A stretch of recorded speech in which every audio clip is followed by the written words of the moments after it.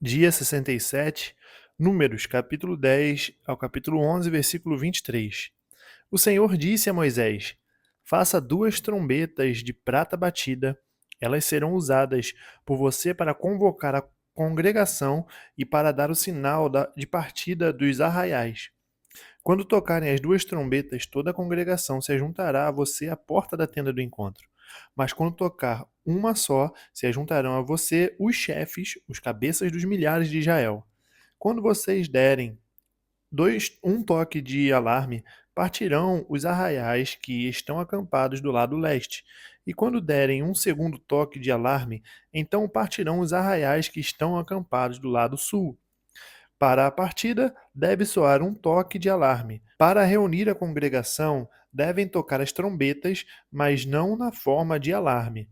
Os filhos de Arão, sacerdotes, tocarão as trombetas, e isto será para vocês por estatuto perpétuo, de geração em geração. Quando na sua terra vocês saírem a lutar contra os inimigos que os oprimem, também tocarão as trombetas na forma de alarme, e diante do Senhor, o Deus de vocês, haverá lembrança de vocês, e serão salvos de seus inimigos. Também nos dias de alegria e nas festas fixas, e no princípio de cada mês, toquem as suas trombetas sobre os seus holocaustos e sobre os seus sacrifícios pacíficos, para que sejam por memorial diante do seu Deus. Eu sou o Senhor, o Deus de vocês. No segundo ano, no segundo mês, aos 20 dias do mês, a nuvem se ergueu de sobre o tabernáculo da congregação. Os filhos de Israel puseram-se em marcha, partindo do deserto do Sinai, jornada após jornada, e a nuvem repousou no deserto de Parã. Assim, pela primeira vez se puseram em marcha, segundo o mandado do Senhor por Moisés. Primeiramente, partiu o estandarte do arraial dos filhos de Judá, segundo as suas turmas, e sobre o seu exército estava Naasson, filho de Aminadab. Sobre o exército da tribo dos filhos de Issacar estava Nataniel, filho de Zuar, e sobre o exército da tribo dos filhos de Zebulon estava Eliabe, filho de Elon. Então desarmaram o tabernáculo, e os filhos de Gerson e os filhos de Merari partiram levando o tabernáculo. Depois partiu o estandarte do arraial de Ruben, segundo as suas turmas, e sobre o seu exército estava Elisur, filho de Sedeur. Sobre o exército da tribo dos filhos de Simeão estava Selumiel, filho de Zurizadai, e sobre o exército da tribo dos filhos de Gade estava Eliasaf, filho de Deuel. Então partiram os coatitas levando as coisas santas, e o tabernáculo era levado até que estes chegassem. Depois partiu o estandarte do arraial dos filhos de Efraim, segundo as suas turmas, e sobre o seu exército estava Elisama, filho de Amiúde. Sobre o exército da tribo dos filhos de Manassés estava Gamaliel, filho de Pedazur. E sobre o exército da tribo dos filhos de Benjamim estava Abidã, filho de Gideone. Então partiu o estandarte do arraial dos filhos de Dan, formando a retaguarda de todos os arraiais, segundo as suas turmas, e sobre o seu exército estava Aiezer, filho de Amizadai. Sobre o exército da tribo dos filhos de Azer estava Pegiel, filho de Ocrã, e sobre o exército da tribo dos filhos de Naphtali estava Aira, filho de Enã. Nesta ordem, puseram-se em marcha os filhos de Israel, segundo seus exércitos.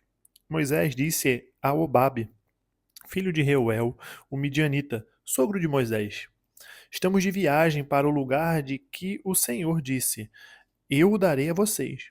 Venha conosco, nós o trataremos bem, porque o Senhor prometeu boas coisas a Israel. Mas Obabe respondeu: Não irei, prefiro voltar à minha terra e à minha parentela. Moisés insistiu: Por favor, não nos deixe, porque você sabe que deveremos acampar no deserto, e você nos servirá de guia. Se você vier conosco, faremos a você o mesmo bem que o Senhor Deus fizera a nós. Assim partiram do monte do Senhor e caminharam durante 3 dias. A arca da aliança do Senhor ia adiante deles durante 3 dias. A nuvem do Senhor pairava sobre eles de dia, quando partiam do arraial. Quando a arca partia, Moisés falava: Levanta-te, Senhor, e sejam espalhados os teus inimigos, e fujam de diante de ti os que te odeiam. E quando a arca parava, Moisés dizia: Volta, ó Senhor, para os milhares de Israel. O povo se queixou de sua sorte aos ouvidos do Senhor. Quando o Senhor ouviu as reclamações, sua ira se acendeu, e fogo do Senhor ardeu entre eles e consumiu algumas extremidades do arraial. Então o povo clamou a Moisés. Este orou ao Senhor, e o fogo se apagou. Por isso aquele lugar foi chamado de Taberá, porque o fogo do Senhor se havia acendido entre eles. Um bando de estranhos que estava no meio deles, veio a ter grande desejo das comidas dos egípcios. Também os filhos de Israel começaram a chorar outra vez, dizendo: Quem nos dará carne para comer? Lembramos dos peixes que comíamos de graça no Egito. Que saudade dos pepinos, dos melões, dos alhos silvestres, das cebolas e dos alhos. Mas agora a nossa alma está seca e não vemos nada a não ser este maná. O maná era como semente de coentro e a sua aparência era semelhante à de bidélio. O povo ia por toda parte e o comia. Eles o moíam em moinhos e o socavam em pilões. Depois o cozinhavam em panelas e dele faziam bolos. O sabor do maná era como de bolos amassados com azeite. Quando de noite descia o orvalho sobre o arraial, sobre este também caía o maná. Então Moisés ouviu como o povo chorava por famílias, cada um à porta da sua tenda. O Senhor ficou muito irado e Moisés também não gostou daquilo. Moisés disse ao Senhor: Por que fizeste mal a teu povo e por que não achei favor aos teus olhos, visto que puseste sobre mim a carga de todo este povo? Será que fui eu quem concebeu todo esse povo? Será que fui eu quem o deu à luz, para que me digas que o leve no colo, como a babá que leva a criança que mama, até a terra que prometeste dar a seus pais?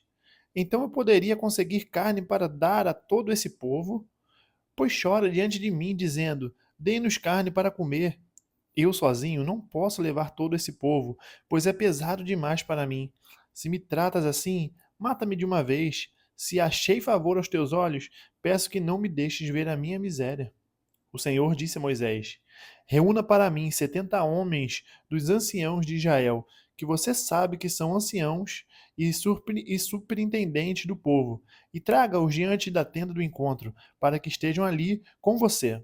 Então descerei e ali falarei com você. Tirarei do espírito que está sobre você e o porei sobre eles, e eles ajudarão você a levar a carga do povo, para que você não tenha de levá-la sozinho. Diga ao povo: santifiquem-se para amanhã e vocês comerão carne, porque vocês choraram aos ouvidos do Senhor, dizendo: Quem nos dará carne para comer? A vida era melhor no Egito. Por isso o Senhor lhe dará carne e vocês poderão comer. Não comerão um dia nem dois, nem 5 nem 10, nem ainda 20, mas um mês inteiro, até que saia pelo nariz, até que fiquem com nojo dela, porque vocês rejeitaram o Senhor, que está no meio de vocês, e choraram diante dele, dizendo: Por que saímos do Egito? Moisés, porém, respondeu: Este povo no meio do qual estou é de 600.000 homens em pé, e tu dizes: Eu lhe darei carne, e eles comerão durante um mês inteiro. Quantos rebanhos de ovelhas e de gados teríamos de matar para que tivéssemos suficiente? Ou será que bastaria se ajuntássemos para eles todos os peixes do mar?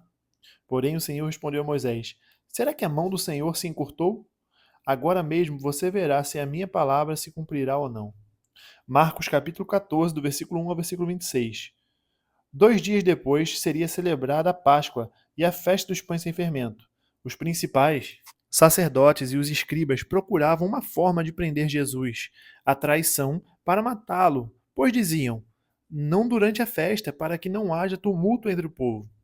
Quando Jesus estava em Betânia, fazendo uma refeição na casa de Simão o leproso, veio uma mulher trazendo um frasco feito de alabastro com um perfume muito valioso, de nardo puro, e quebrando o frasco, derramou o perfume sobre a cabeça de Jesus. Alguns dos que estavam ali ficaram indignados e diziam entre si: Para que este desperdício de perfume? Este perfume poderia ter sido vendido por mais de 300 denários para ser dado aos pobres. E murmuravam contra ela. Mas Jesus disse: Deixem a mulher em paz, porque vocês a estão incomodando. Ela praticou uma boa ação para comigo, porque os pobres estarão sempre com vocês, e quando quiserem podem fazer-lhes o bem, mas a mim vocês nem sempre terão. Ela fez o que pôde, ungiu o meu corpo antecipadamente para a sepultura. Em verdade lhes digo que, onde for pregado em todo o mundo o evangelho, também será contado o que ela fez para a memória dela. E Judas Iscariote, um dos 12, foi falar com os principais sacerdotes para lhes entregar Jesus. Eles, ouvindo isto, se alegraram e prometeram dar dinheiro a ele. Nesse meio tempo, Judas buscava uma boa ocasião para entregar Jesus. E no primeiro dia da festa dos pães sem fermento, quando se fazia o sacrifício do cordeiro pascal, os discípulos de Jesus lhe perguntaram: Onde quer que façamos os preparativos para que o Senhor possa comer a Páscoa? Então Jesus enviou 2 dos seus discípulos, dizendo-lhes: Vão até a cidade. Ali um homem trazendo um cântaro de água sairá ao encontro de vocês. Sigam esse homem e digam ao dono da casa em que ele entrar que o mestre pergunta: Onde fica o meu aposento no qual comerei a Páscoa com os meus discípulos? E ele lhes mostrará um espaçoso cenáculo, mobiliado e pronto. Ali façam os preparativos.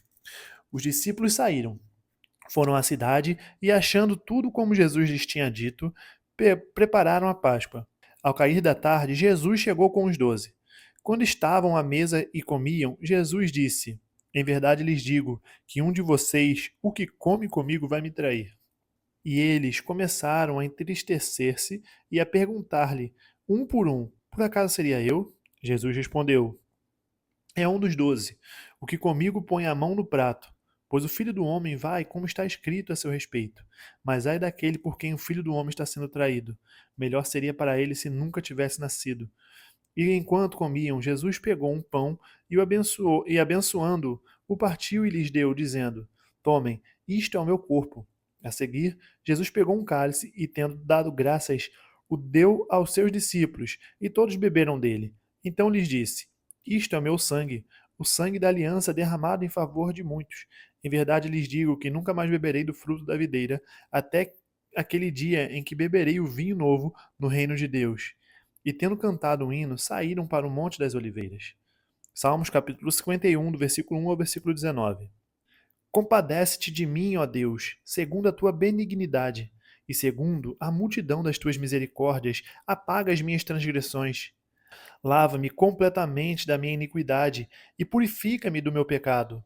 Pois eu conheço as minhas transgressões e o meu pecado está sempre diante de mim. Pequei contra ti somente, e fiz o que é mal aos teus olhos, de maneira que serás tido por justo no teu falar e puro no teu julgar. Eu nasci na iniquidade, e em pecado me concebeu a minha mãe. Eis que te agradas da verdade no íntimo, e no oculto me fazes conhecer a sabedoria. Purifica-me com o isopo, e ficarei limpo. Lava-me, e ficarei mais alvo do que a neve. Faze-me ouvir júbilo e alegria, para que exultem os ossos que esmagaste. Esconde o teu rosto dos meus pecados e apaga todas as minhas iniquidades. Cria em mim, ó Deus, um coração puro e renova dentro de mim um espírito inabalável. Não me lances fora da tua presença, nem me retires o teu Santo Espírito. Restitui-me a alegria da tua salvação e sustenta-me com um espírito voluntário. Então ensinarei aos transgressores os teus caminhos, e os pecadores se converterão a ti. Livra-me dos crimes de sangue, ó Deus, Deus da minha salvação, e a minha língua exaltará a tua justiça. Abre, Senhor, os meus lábios, e a minha boca manifestará o teu louvor, pois não te agradas dos sacrifícios. Do contrário, eu os ofereceria, e não tens prazer em holocaustos.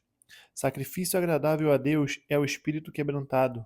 Coração quebrantado e contrito, não o desprezas, ó Senhor. Faze bem a Sião, segundo a tua boa vontade. Edifica as muralhas de Jerusalém. Então te agradarás dos sacrifícios de justiça, dos holocaustos e das ofertas queimadas, e sobre o teu altar serão oferecidos novilhos. Provérbios capítulo 10, versículo 31 e 32. A boca do justo produz sabedoria, mas a língua da perversidade será arrancada. Os lábios dos justos sabem o que agrada, mas da boca dos ímpios só saem perversidades. Terminamos o dia 67, nós nos vemos amanhã, no dia 68, até mais.